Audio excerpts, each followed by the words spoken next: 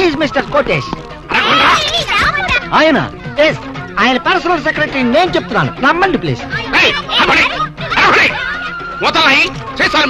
ఆశ్చర్యంగా ఉంది మీకదా? 6 సంవత్సరాల నుంచి ఆయన దగ్గర సెక్రటరీగా పనిచేస్తున్నాను. వారానికి ఒకసారి నేనే ఆశ్చర్యపోతాను. ప్లీజ్. మూతలకి ఉన్నారని మూతలు పగిలిపోతాయి. ఆ మూతలు సంచిచ్చండి. మూతలు సంచారే సంచులు మూతలు పోతారే. ఆగండి కొన్నాయాలరే, ఆగండి.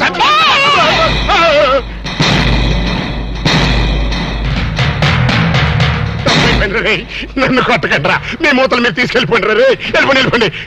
వెళ్ళిపోండి. అంత పెద్ద కోటేశ్వరుడు ఇంత చండాలంగా మూతలేరుకుంటున్నాడేంటి? మీరు నోరు మొయ్యండి ప్లీజ్. ఆయన కోటేశ్వరుడే, ఇండస్ట్రియలిస్టే. కోటేష్ ఫైనాన్స్ కి, చీకాయ సోపు ఫ్యాక్టరీకి, రియల్ ఎస్టేట్స్ కి ఆయన ఓనరే. కాకపోతే ఆయన పేదరికంలో ఉండేటప్పుడు ఇలా మూతలు ఏరుకునేవాడు, అమ్ముకునేవాడు.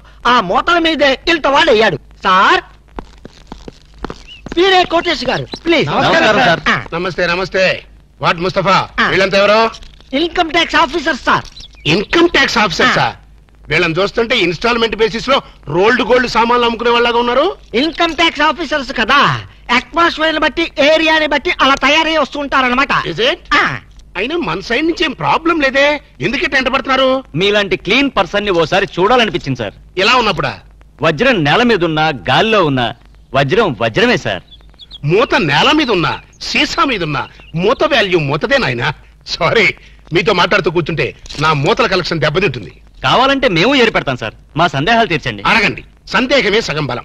మీరిలా మూతలేరుకునే పైకొచ్చారు కదా? ఎగ్జాక్ట్లీ.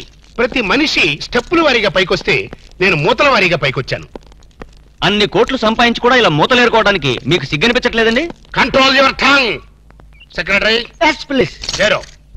చూడండి, దేశానికి స్వతంత్రం వచ్చింది కదా అని మహాత్మా గాంధీ గారు జీడిపప్పు తిన్నాడా?